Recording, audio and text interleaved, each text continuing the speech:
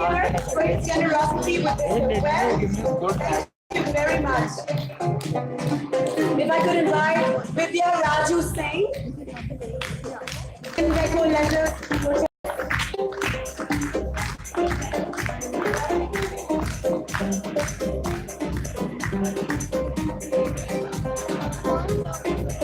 Vikram Kota. Welcoming Vikram, CEO of GRT Hotels and Resorts.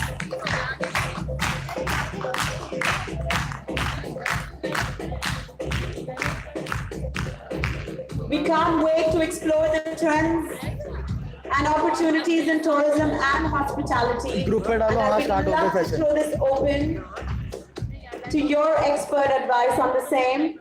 Ritu, can I pass it to you? You ready with your weapon? Yes, I think so.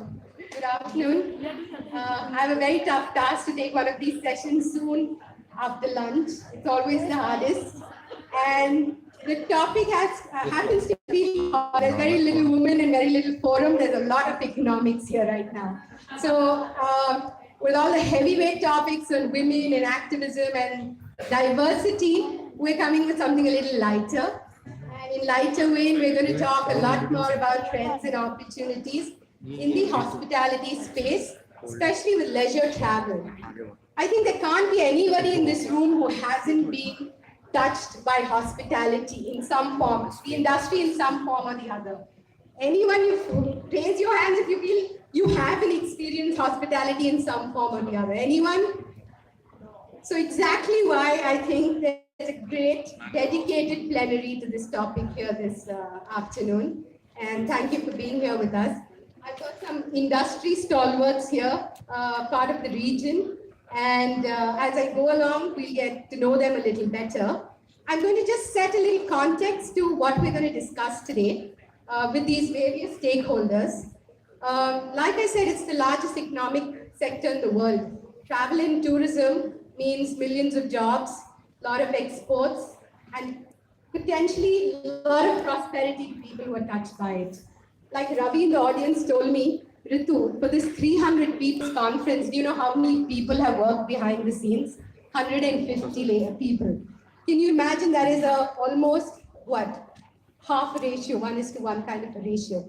So I think it should interest a lot of you what we're going to share this afternoon. I'm going to start with some of the leisure travel trends here. And I'm going to then set context with what we're going to discuss further. Basically, I think the leisure travel, and all of you will agree, there's some big changes happening today in the industry, not only in India, but globally. And some of the key changes, as I'm going to share today, the biggest, I think, what you see is a shift is from experiences, right?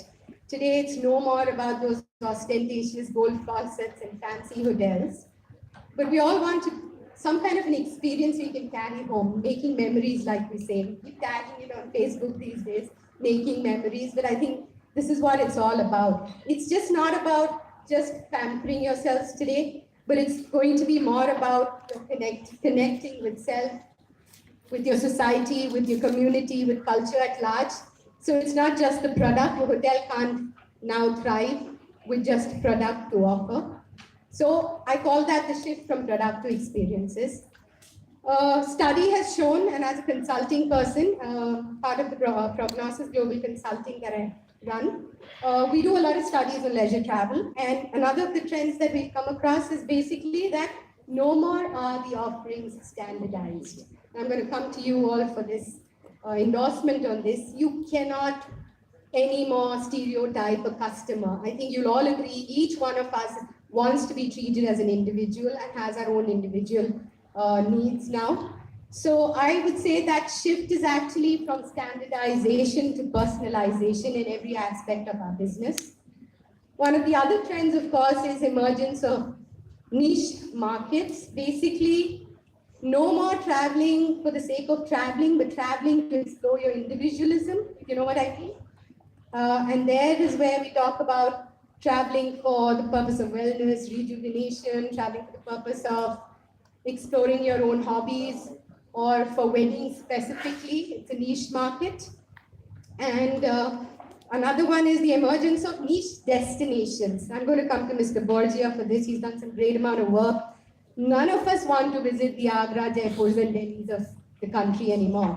We're always looking out for some new destination. So there's a one-upmanship. I can post something on media that I've discovered a new place that no one's been to before. I'm sure you all feel that way at some point. So having said that, we've had quite a few of these trends that are emerging, and I think they're relevant to each of the stakeholders sitting here. So I'm actually going to ask and start with you, Vikram. Vikram, as we shared, is the CEO of GRT Hotels, and GRT Hotels has been going strength to strength. Is that on? Mike? I'll pass this to you, other. No? Can we have another mic?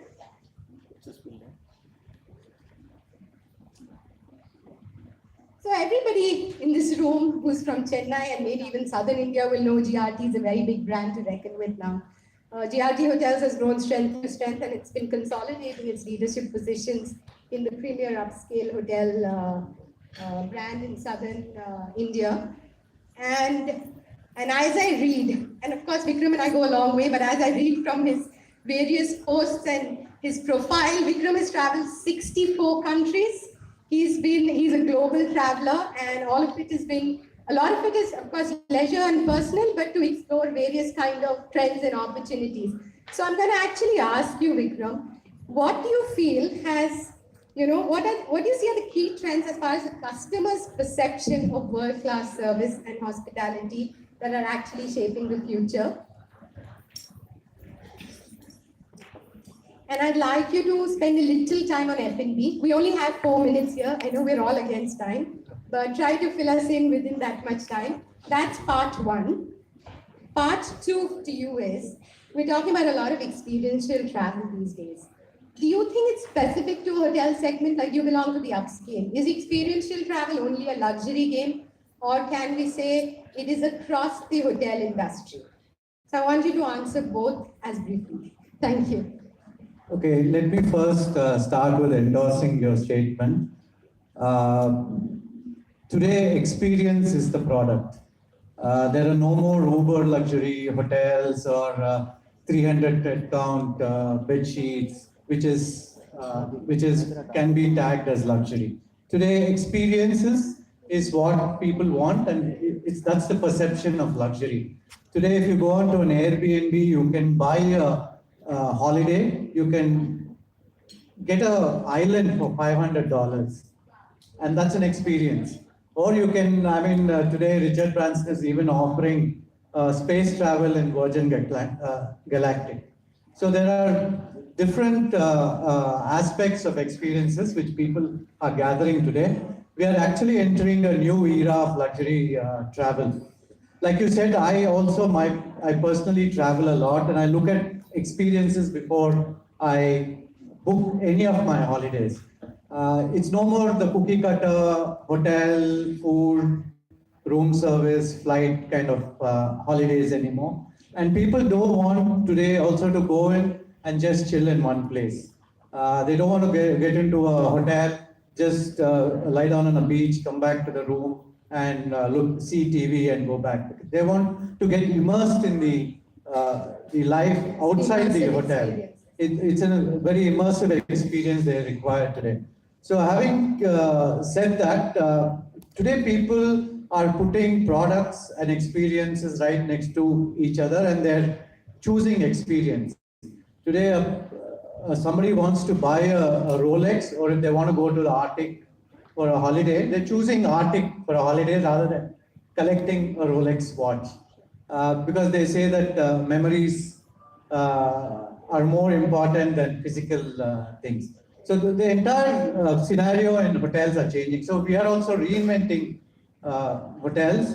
In fact, for us, for example, what we are doing, we have rebranded all our hotels.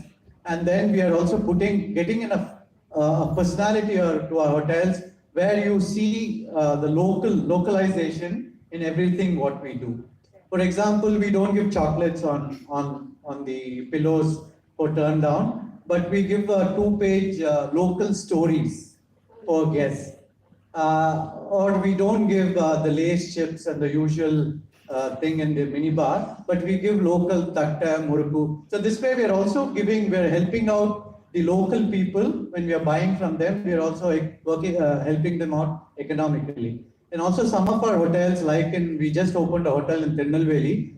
We've got as part of our buffet at least 3-4 housewives who come and cook their food, and it's put on the buffet. So people who come there also get these local flavors and the local experiences when they come in.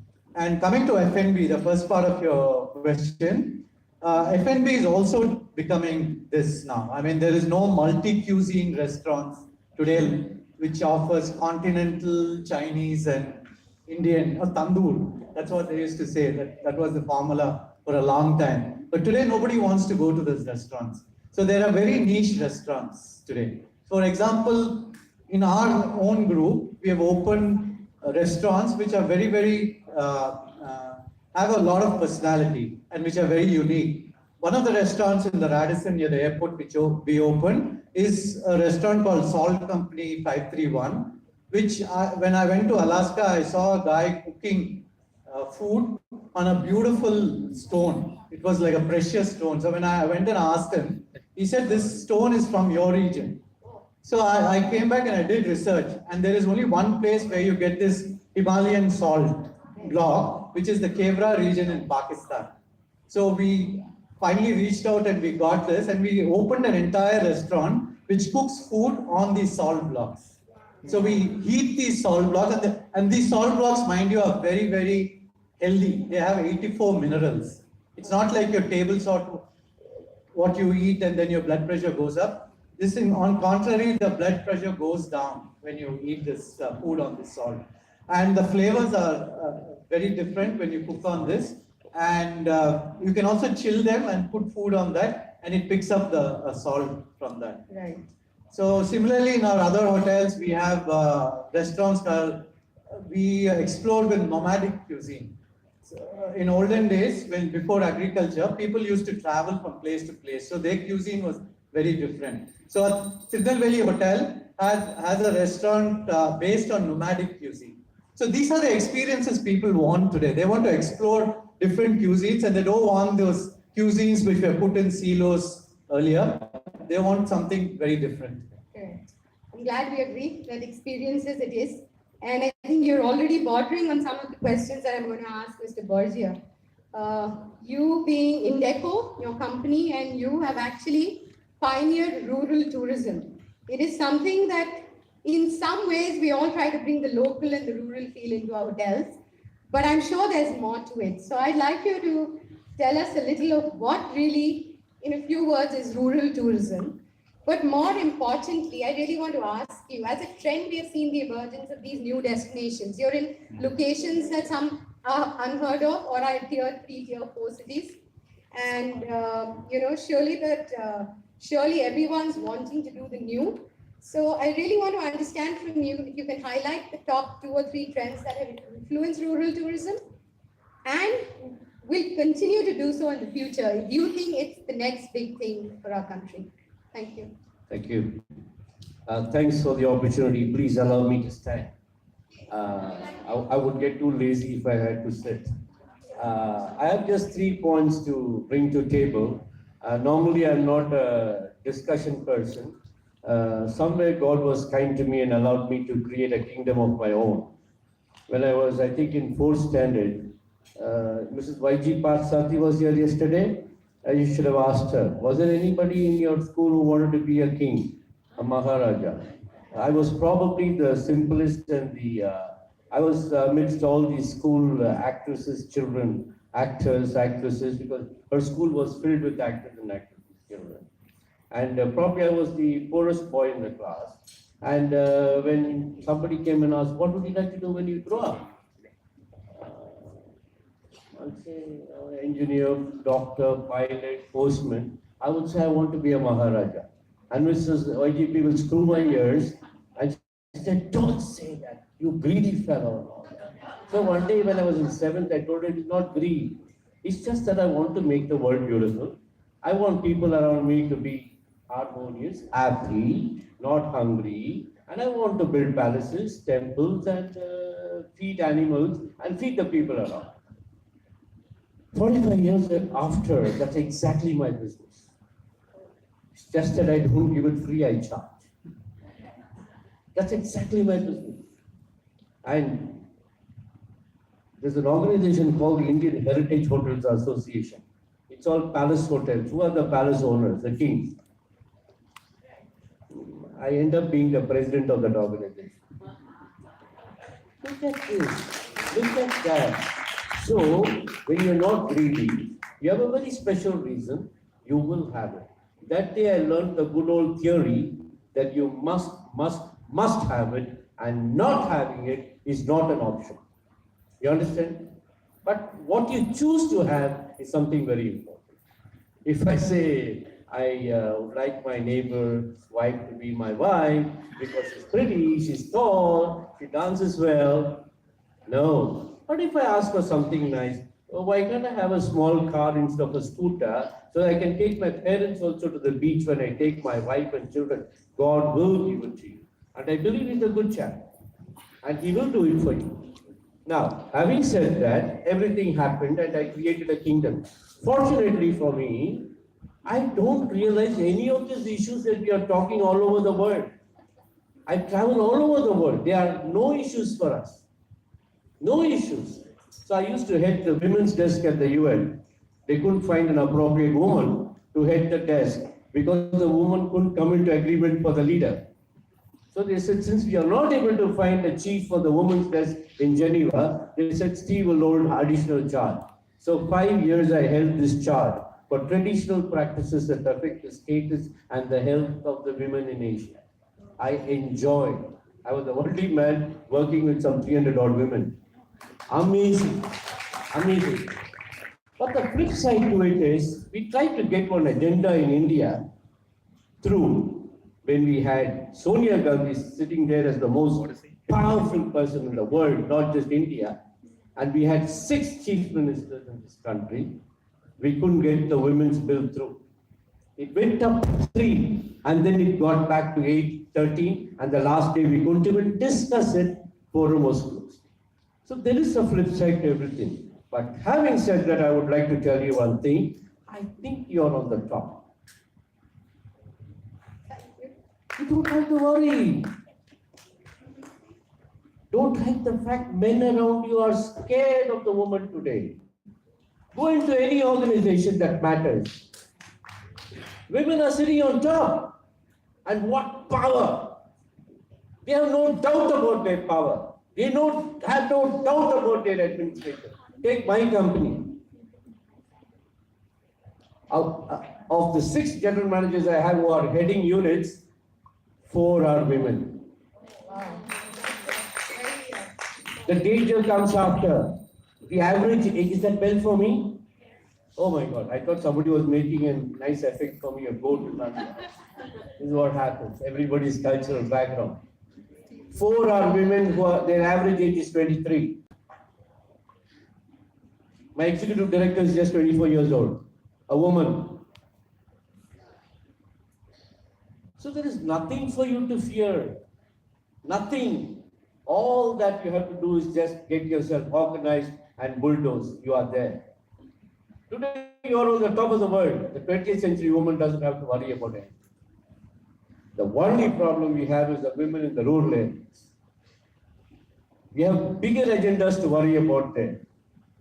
They do not even have a toilet in a girls' school. Those are the kind of issues we need to worry about. Having said all this again, let me quickly tell you, niche tourism is the future of this country.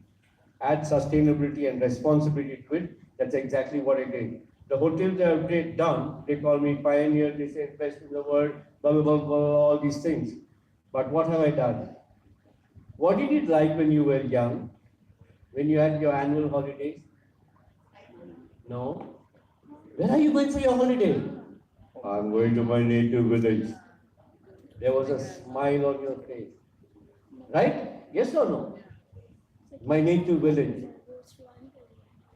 It put pride into you. And what would you do there? Hey, my grandma's food. Right? These are exactly the 2 things that I'm trying to plant in every hotel of mine. I go to places, I look around. For miles, there should not be another hotel in the vicinity. Even if I'm far, far in the jungle. I don't want anything around. I go build a hotel in a remote place called Kumbakonam. I've not even heard. Oxford Dictionary says Kumbakonam is fraud. I said, that's okay. I will build my hotel there. Today, 142 rooms, ladies and gentlemen, in a remote village. 17 hotels have come around mine. I'm happy I influenced them to do it. The villagers have built 10-room hotels to accommodate all the drivers who come into my hotel. Because they've taken it in writing for me, don't accommodate your driver, don't build anything for your drivers, let them come and stay with us. I said, okay. All women in the village are employed. Okay, so I live in a world which has no fear. It's dominated by women, and I think I'm on the right pitch. And niche tourism is the future because sustainable tourism and responsible tourism is the way in which the world is going. Right? So let's continue with that. And I'm sure the woman has a very large role to play there, if not everything. And it is the men who will have to organize themselves. With that, I wish you all the best and see you sometime. Thank you.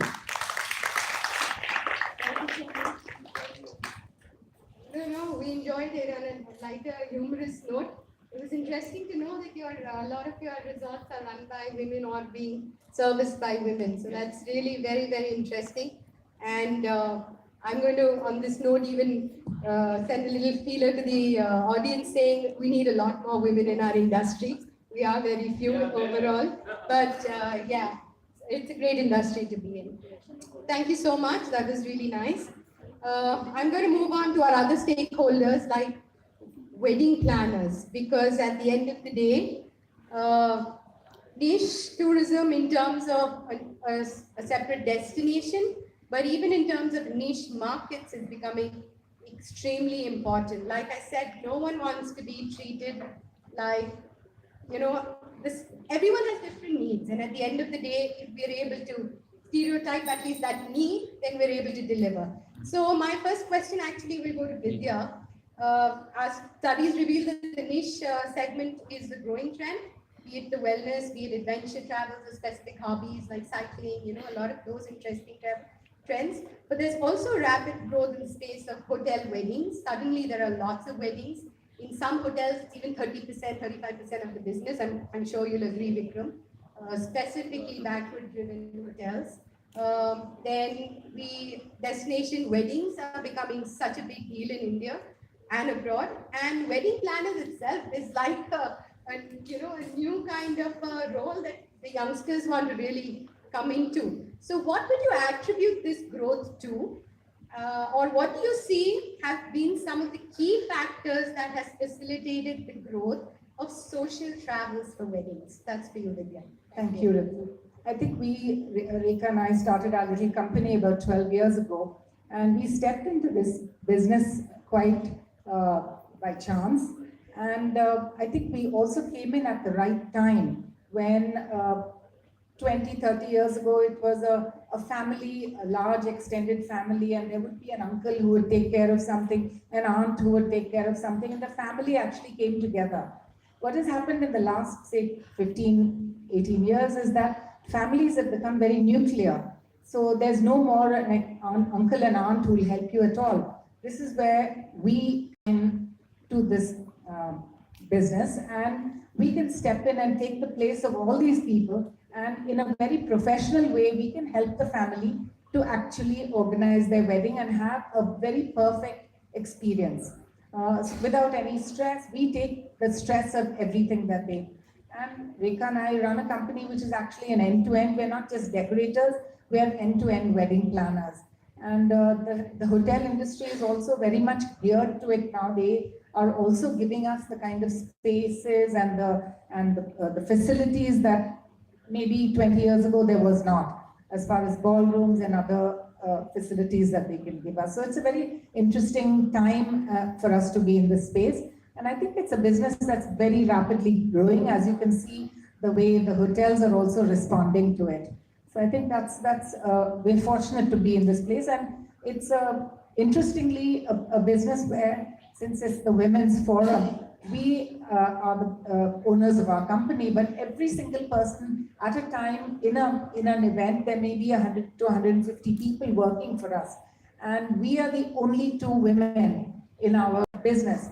Every person who works for us is a man. So I think it's a very extraordinary situation to be in, whether whoever works in our business with flowers, with cars, with decorations. I don't know how that falls into place because aesthetics I thought came naturally to a lot of us women. You know, men are incredibly artistic, surprisingly, they pick up a lot. And also our business is very, very hard work and very odd hours. We work through the night. So maybe it's perceived not to be very safe for women of that, who can do that to come in. So it's interesting, the space we're in.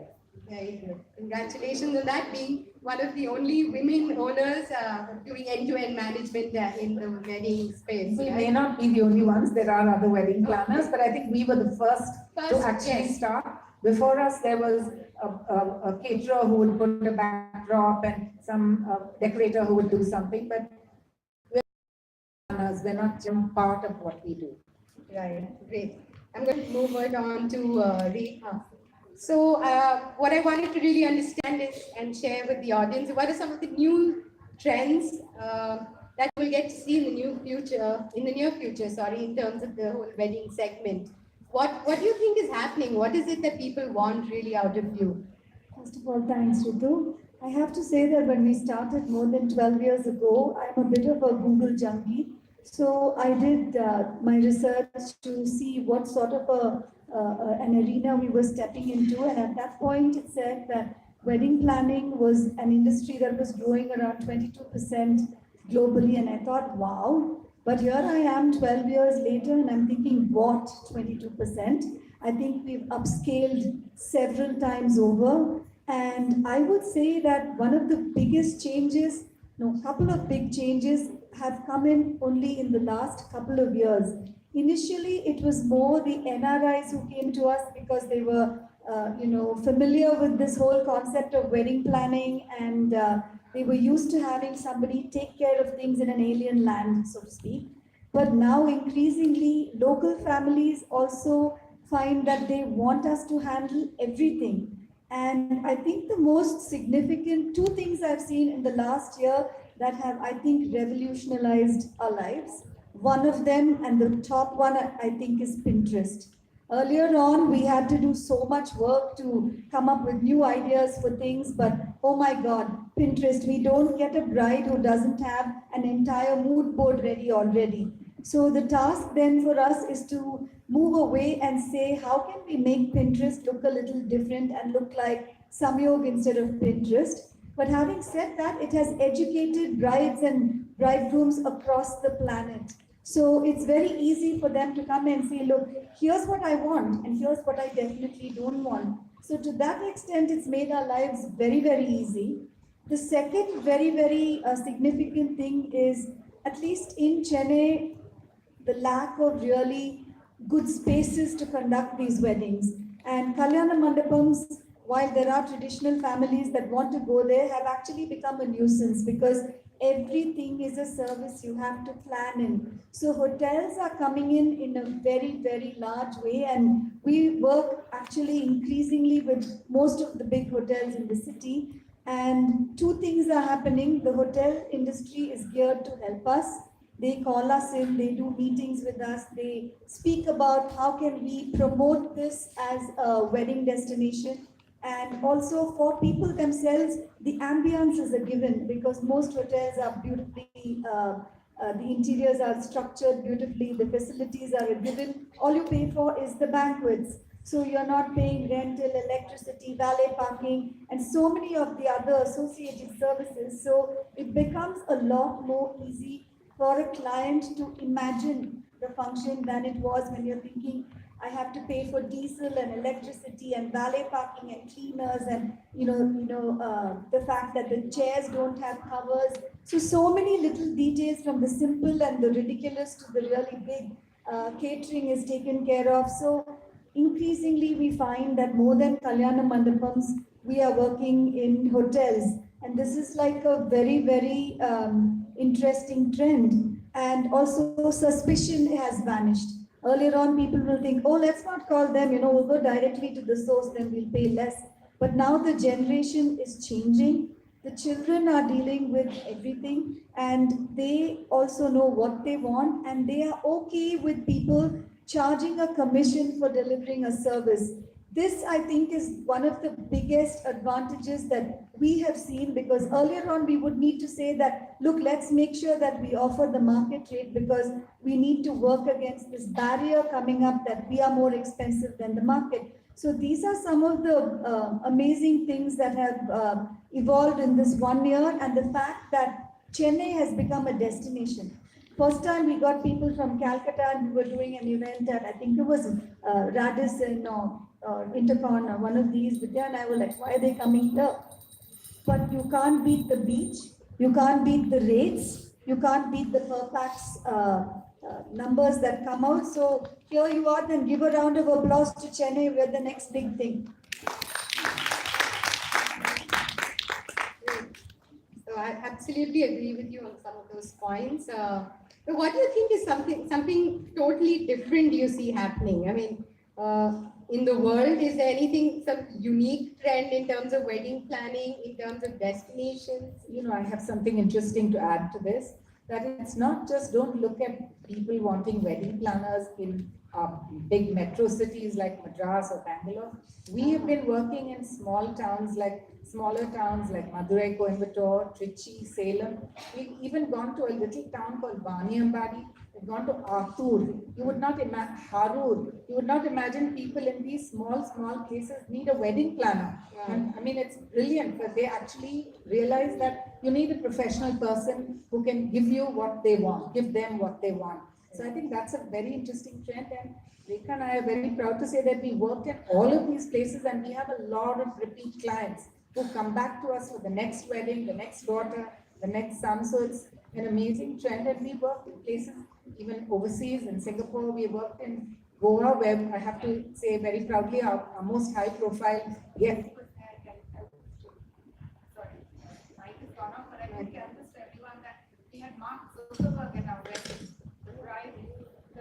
The bride worked for Facebook, and Mark Zuckerberg flew in on his Learjet and attended the wedding, and he was there for 4 days.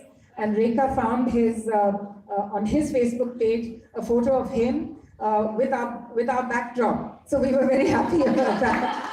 This is the perks of being in the hospitality. You need all these. We quickly posted it, like before anybody could say, hey, that was my wedding. Quickly posted it on our Facebook page and said that was our backdrop in behind Mark Zuckerberg.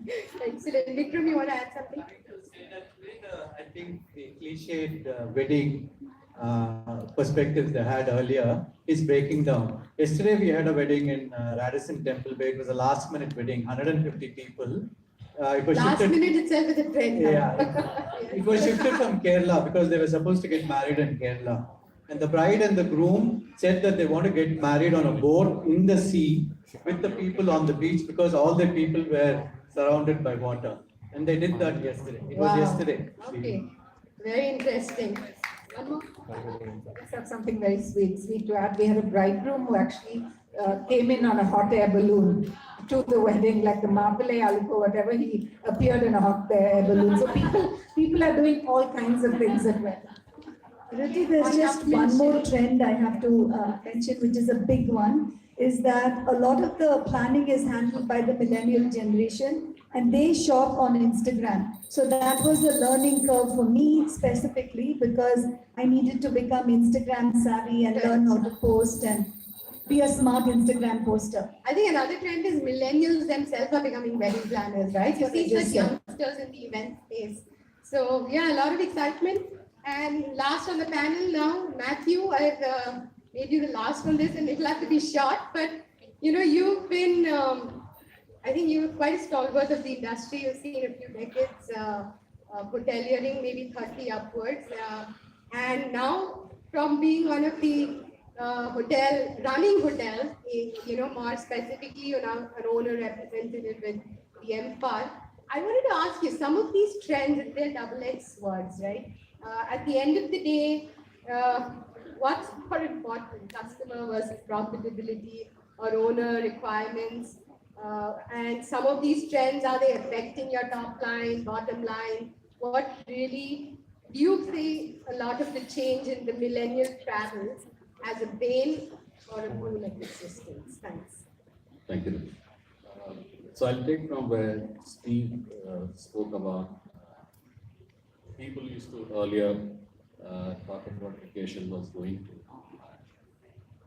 And that is when I think one of the biggest things the government did was start LTC. That changed the entire, that was the beginning of the trends which started to change. And right now with the millennials, it is taking multiple holidays, short holidays, multiple holidays. So the hotels are also now geared up for that. And like you rightly said about experiential holidays, it is actually now all the millennials are looking to take a holiday, but with a purpose. It's not about just taking a holiday, buying a ticket and going somewhere, but they have a purpose behind it. It could be adventure, it could be a religious trip, or it could be something to know about the heritage or about the historical facts.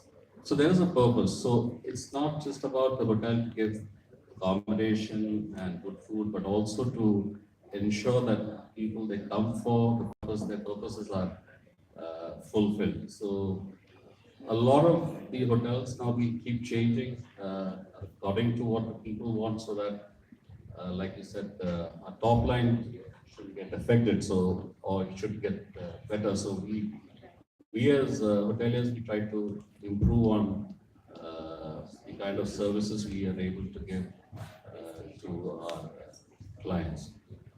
The other thing, like just thinking about the wedding, I would like to say one of our hotels in Cochin. Last year we did 100 weddings, which was for us itself was a huge record. That was almost like every third day we have a wedding, and almost 25% of that was destination wedding for people from outside coming. So things are changing in terms of the trends, and experiential holidays are becoming the in thing, and people are wanting to do something more than just come and stay in a city. So it could be advising them, the concierge telling them where to go, what to do. It could be things like in Bangalore, going to Russell Market. It's a big hit. Walk on the MG Road is a big hit there. So people are looking for this. In terms of from the ownership side, we try to spend a lot of time trying to understand what the customers want to make sure that our hotels are able to be there when the customer is looking for something. So we want to be ahead of the thinking process. So the millennials are changing and trends today change almost quarter of the year. I mean, today it is hiking, tomorrow it is cycling, or the day after it is all about food. So every client takes, every client is now looking at a purpose behind his visit. So we need to be on top of it and make sure that we are able to provide that.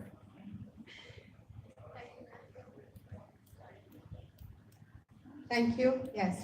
I'm going to use that as to wind up now. Thank you, everybody. All I want to say really is that the hospitality industry is going to boom. Next 3 years, I'm sure a lot of you agree, is very, very upbeat for us. If I was to share some statistics, very recent statistics, the World Economic Forum report has ranked India 40th in the global travel and tourism competitiveness study in 2017. This is good news and bad news. The good news is we climbed 12 places upwards, but we're still behind our Asian peers. As far as Japan and China go, Japan was 4th, China is 13th. So we really have a long way to go, but I think it's very heartening to see that a lot of us, the idea is to be in the know of all the trends and the opportunities and to be able to capitalize on it. And I think the forum was really to bring that into the forefront. So thank you very much for being here this afternoon, and thank you to the audience for listening to us patiently. Thank you so much.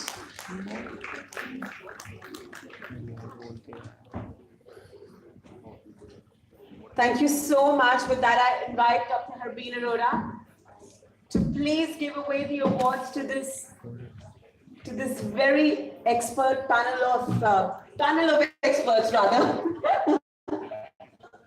Practice is the same. I invite Ritu Chawla Mathur to take her award, please.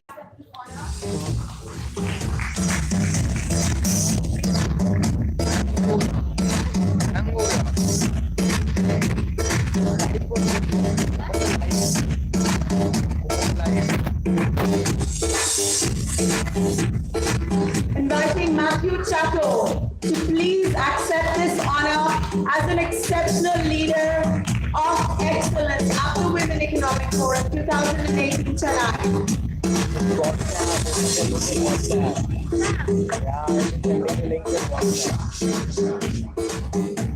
Inviting Vijay Raja Singh.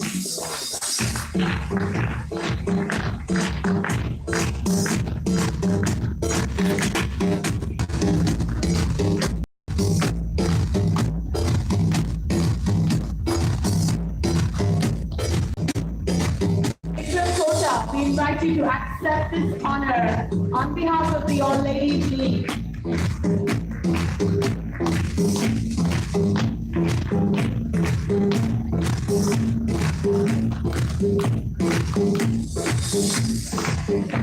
Steve Borgia, we congratulate you for this honor as an exceptional leader of excellence. For your legacy of work in hospitality and everything else.